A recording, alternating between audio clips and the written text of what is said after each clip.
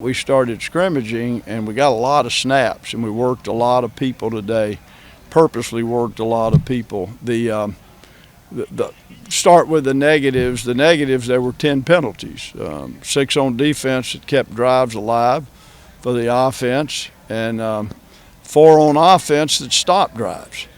I thought we had some outstanding play early from the offense, running the football, and I thought Gunner had a good day. I don't know what his statistics were, but he was efficient throwing the football and took care of the ball.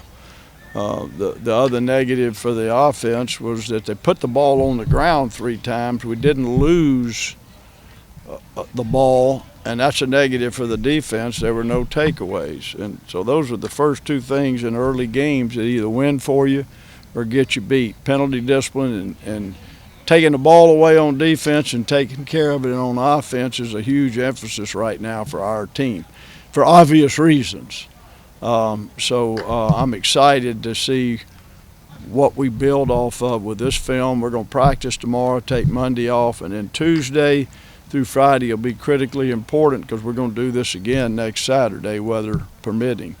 And then how about this? It's Hap Zarzor's birthday, so the good Lord said he wasn't going to rain on Hap on his birthday. So it's rained all the way around, and he's in, and then here we go. So I was right about that. But yeah, I'll just answer your questions. I mean, to say too much without seeing the film, and this will be an all-nighter with film for me, but we'll know more. But there was so many good things to look for in here that evaluation of personnel and effort and all of that looked good. You had talked to us a lot about just a lot of internal competition in a lot of positions. Yep. It looked like tonight you were mixing and matching with a lot. There wasn't like a true first team and second team, especially defense. It looked like you had a lot of mixing there. Is that That's part of it, and the only way you can get true evaluations are those very things. You know, you're mixing what's good against good or best against best, so to speak. A guy may look great working against a lower level offensive player, and then you put him against the best, and it's not. So that's why it's going to be an all-nighter on this film. This film will be an extremely important evaluator for us. One of those areas of competition was running backs other than Mateo Durant. It looked to me like Jalen Coleman made a big statement. I thought they all looked really good, but Jalen Coleman, certainly his speed showed up. Thank goodness he's healthy. He's explosively fast.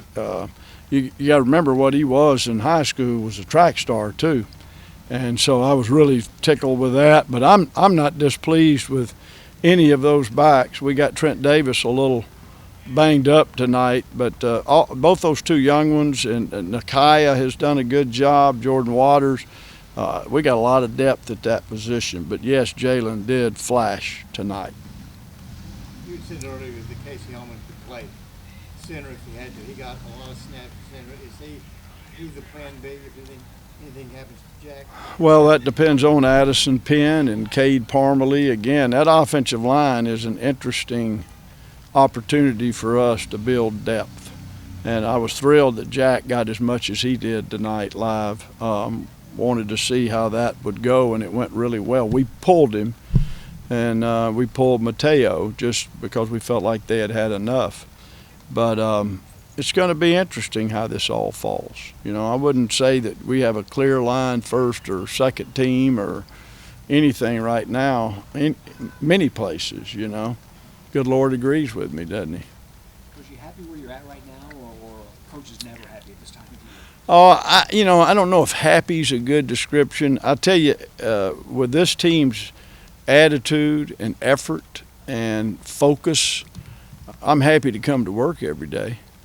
You know, absolutely happy to come. I don't even want to call it work. I'm happy to come here and hang out with the family every day, this family.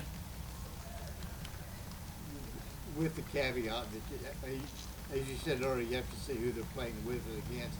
But Jordan Moore looks like somebody who can be a difference maker. Well, it's too early to say. That's a big word, difference maker.